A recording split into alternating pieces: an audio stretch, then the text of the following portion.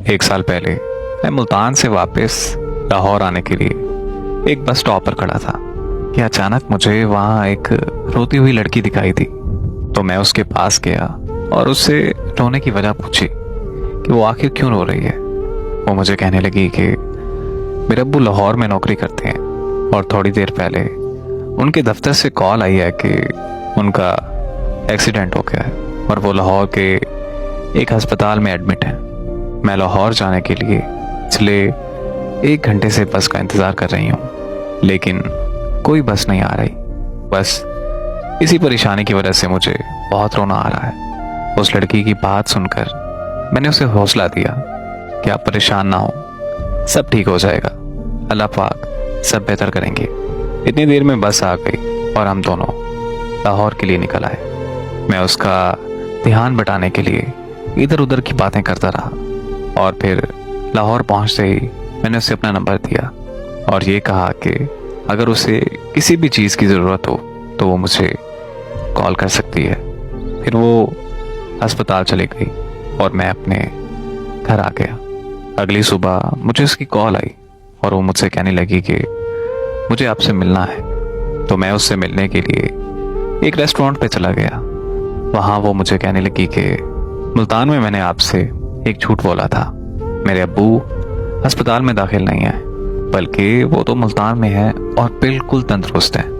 मैं तो अपने घर से भागकर उस लड़के से शादी करने के लिए लाहौर आई हूँ, जिससे मैं शदीद मोहब्बत करती हूँ। लेकिन उस लड़के ने मुझसे शादी करने से इनकार कर दिया है। मुझे उस लड़की की कहानी सुनकर बहुत दुख हुआ। तो मैंने उससे पूछा कि क्या मैं उसकी कोई मदद कर सकता हूँ। उसने कहा कि मैं यहाँ किसी को नहीं जानती और अभी अपने घर वापस भी नहीं जा सकती, तो क्या तुम मुझे कुछ दिन के लिए अपने घर रख सकते हो।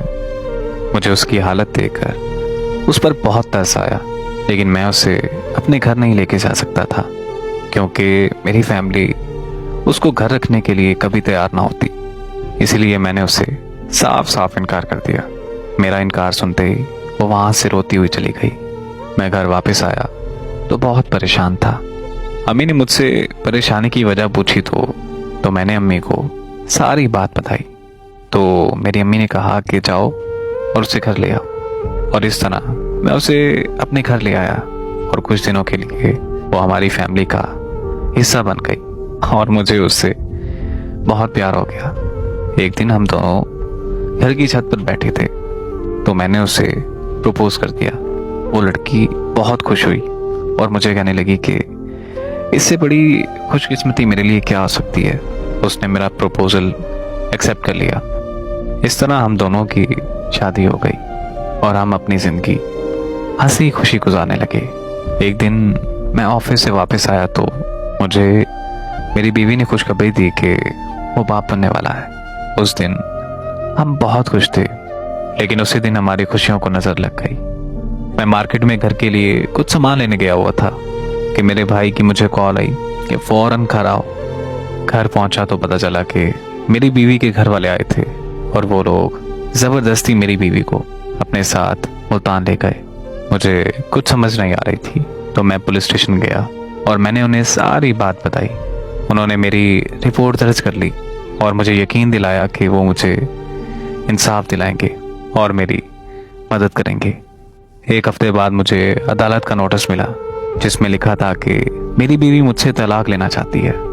ये पढ़ते ही मैं उससे मिलने उसके घर मुल्तान चला गया, लेकिन उसके घर वालों ने मुझे उससे मिलने नहीं दिया। फिर मैं वापस घर आकर अदालत की तारीख का इंतज़ार करने लगा। उसे नहीं लेकर आए, बल्कि उन्होंने ये बोल दिया कि वो बीमार है और अदालत में पेश नहीं हो सकती। फिर यूं ही तारीखों का सिलसिला चलता रहा और ऐसे ही इंतज़ार करते करते 5 महीने गुजर गए। फिर एक तारीख पर उन्हें मेरी बीवी को लाना पड़ा। मैं उस दिन बहुत खुश था क्योंकि मैं उससे मिलने वाला था और मुझे लग रहा था कि आज फैसला हो जाएगा और मेरी बीवी मुझे मिल जाएगी। लेकिन जब मैंने अपनी बीवी को देखा तो मेरे पैरों तले ज़मीन निकल गई, क्योंकि मैंने देखा कि उसके पेट में बच्चा नहीं है, यानी वो मेरा बच्चा गिरा चुकी थी। फिर उसने जज के सामने कहा कि मुझे इससे तलाक चाहिए। क्योंकि मैं उस पर तशद्दुद करता हूँ और मेरे तशद्दुद की वजह से मेरा बच्चा ज़ाया हो गया। यकीन करें कि वो दिन मेरे लिए क़यामत का दिन था, जब जज साहब ने हमेशा हमेशा के लिए हमारी जुदाई लिख दी।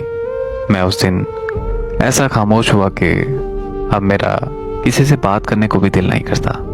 मैं अगर चाहता तो अपने बच्चे के कत्ल का केस कर सकता था, लेकिन मैंने अपना ये मामला अपने अल्लाह के सुपुर्द कर दिया और दिल में ये ठान लिया कि मेरा इंसाफ अल्लाह करेगा।